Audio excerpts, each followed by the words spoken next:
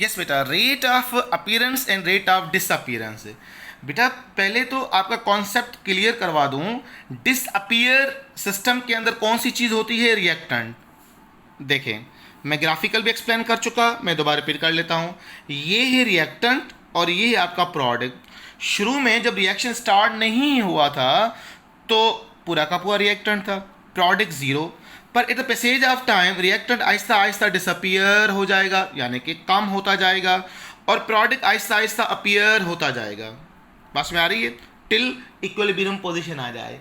तो याद रहे बेटा, अपीयरेंस टर्म हम इस्तेमाल करते हैं जब भी हो, यानी कि प्रॉब्लम दिया जाए find out the rate of appearance, तो आप ये ज़रूर जानोगे कि इसका मतलब क्या है।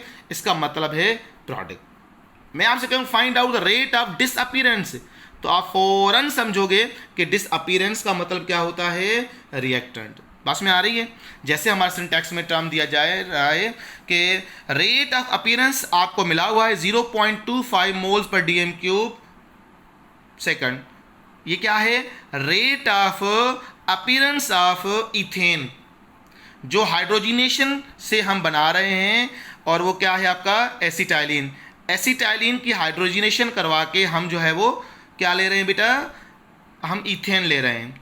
अब हमें कह रहा है कि अगर रेट ऑफ अपीयरेंस 0.25 मोल पर डीएम क्यू सेकंड हो, तो बताओ कि rate of disappearance of acetylene और हाइड्रोजन कितना होगा?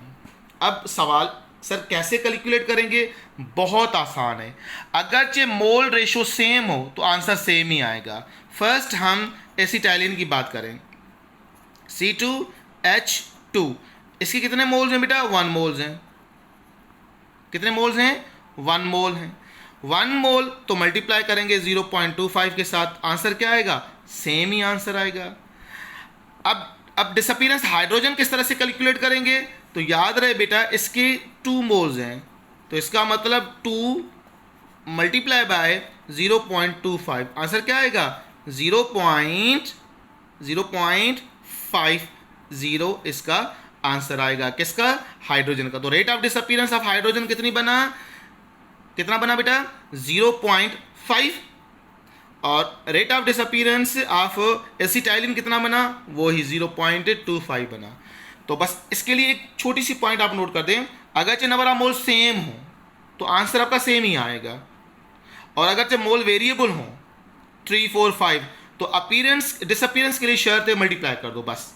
अगर मैं आपसे कहता यहाँ पर 3 मोल्स होते, यहाँ पर 3 मोल्स होते, और यहाँ पर मैं कह रहा हूँ इसका 1 मोल, इसके आप समझोगे 2 मोल, तो यहाँ पर सिंपली आप क्या करते? इसका जो वैल्यू है, इसका वैल्यू उसके साथ मल्टीप्लाई करते। अगर 0.35 हो, 0.35 हो, तो यहाँ 1 से मल्टीप्लाई करते और यहाँ पे 2 से मल्टीप्लाई करते। अगर मैं कहता इसके 4 मोल्स होते, इसके 2 मोल्स होते हैं, तो इसका जो रेट ऑफ अपीयरेंस था इसको 4 से मल्टीप्लाई करते और इसको 2 के साथ मल्टीप्लाई करते। तो बहुत आसान था। मगर अगर रेट ऑफ डिसअपीयरेंस आपको दिया जाए, अपीयरेंस मालूम करना हो, दैट्स वेरी इंपॉर्टेंट, तो 2 कंडीशन होंगी। आप क्या करोगे? आप अगर किसी एक चीज के साथ कंपेयर कर रहा है तो अलग केस बनेगा, दोनों के साथ कंपेयर कर रहा है तो अलग। मैं कह रहा हूं दोनों के साथ कंपेयर करना हो तो फिर इनके नंबर ऑफ मोल्स देखो, इसका 1 मोल्स, इसके 2 मोल, तो टोटल कितने हुए? आपने कहा इसके 3 मोल्स हुए। कितने मोल बेटे? 3 मोल। और जबकि प्रोडक्ट कितना था? 1 मोल था। बस में आ रही है? रिएक्टेंट 3 मोल, प्रोडक्ट 1 मोल। तो याद रहे इन 3 में से एक बन रहा है, तो इसका मतलब क्या होगा? ये 1/3 क्या बनेगा बेटा? 1/3, ये तीसरा हिस्सा बनेगा। तो याद रहे बेटा 100 का ये समझो 0.25 मल्टीप्लाई बाय 3, तो आंसर कितना आता है बेटा? 0.75। 0.75 आंसर आ रहा है। मगर ये कि हमें रेट ऑफ क्या मालूम करना था? अपीयरेंस करना था। तो अब इसको 3 से क्या करेंगे? डिवाइड करेंगे, तो आंसर क्या आएगा? वही आंसर आएगा आपका 0.25 आएगा। ये बात में आई? रिपीट करूं? चलो रिपीट करता हूं, जरा गौर सुनिएगा। मैं आपसे कह रहा हूं अगर आपको रेट ऑफ अपीयरेंस मालूम करना हो तो आपको ये देखना है डिसअपीयरेंस के नंबर ऑफ मोल्स कितने हैं। जैसे इस केस के अंदर 3 मोल्स हैं, अब 3 मोल 1 मोल में जा रहा है, यानी कि इसके अंदर चेंज जो आएगी, ये देखें ये 3, तो इसकी चेंज कितनी आएगी, 1/3 चेंज आएगी। चेंज कितनी आएगी, 1/3। तो मैं कह रहा हूं इसके अगर 0.75 हो तो इसका 1/3 कितना होगा, आप बोलोगे 0.5 इज 1/3। अगर इसके 4 मोल्स होते हैं तो 1/4 चेंज आती। अगर इसके 4 मोल्स होते हैं तो चेंज अपीयरेंस साइड 1/4 चेंज आती, 0.75। अगर इसके सपोज को 100 हो तो 0.25, अगर 200 हो तो 50। तो इस तरह से आप चेंज आसानी से मालूम कर सकते हो। 75 की तीसरी या 75 की चौथी पॉइंट, तो इस तरह से आप कैलकुलेट करोगे rate of appearance and rate of disappearance.